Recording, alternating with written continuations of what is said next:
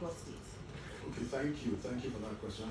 And it is a huge problem. Lagos, by the way, has one of the highest average commute times in the world, if not the highest, in terms of time that people spend going to and coming back from work. Lagos is what we call a trimodal, has the potential for trimodal transportation. We're a city on the coast, and not just are we on the Atlantic coast, but we also have a lagoon.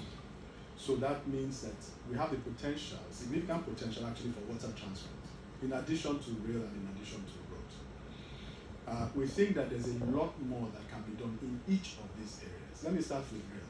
Okay. There is a rail project which is underway, which you're probably familiar with. But that is a project that is one single axis of travel, which we have been working on for over 10 years. It's over a decade.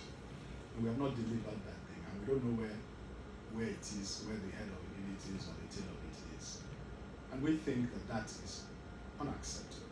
Right? There are other cities that have started their program the same time that we did. They've completed them, they moved on to other things. So this is around the efficiency and effectiveness of government processes for awarding contracts and monitoring and ensuring that we get the value for the people. Secondly, in the area of water transportation, I think we can do a lot more to make it an integrated, holistic system. Right now, what you have is a lot of small operators running small vessels. Yes. And many people don't feel comfortable with and this. The life jackets Yes, to the high heavens. So really what you need to do is to take it seriously, make it a robust, organized service with decent vessels running proper access, and you'll find more people will be willing to take the ferry. I worked in an office in a coastal city in the United States when I spent some time there. And in that office, it was a coastal city like Lagos. There were people who came by ferry, people who came by rail, people who came by road to that same office every day, and we knew ourselves. And it's just where you live that makes it most comfortable for you. Yes. It's not as if they don't have cars, they have beautiful cars at home, but it's convenient for them to ride the ferry into the office, and that's what they did. Now, I'll touch on road, which is the last thing, because we talked about transport, and this is part of a larger problem. By the way, we can talk about many other areas.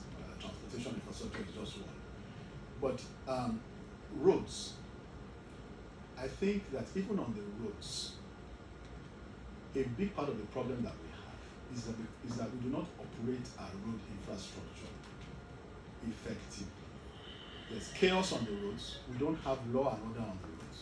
If we had law and order maintained, enforced on the roads, you'll be amazed how much more we could get, even with the roads that we have, before we start talking about building additional roads.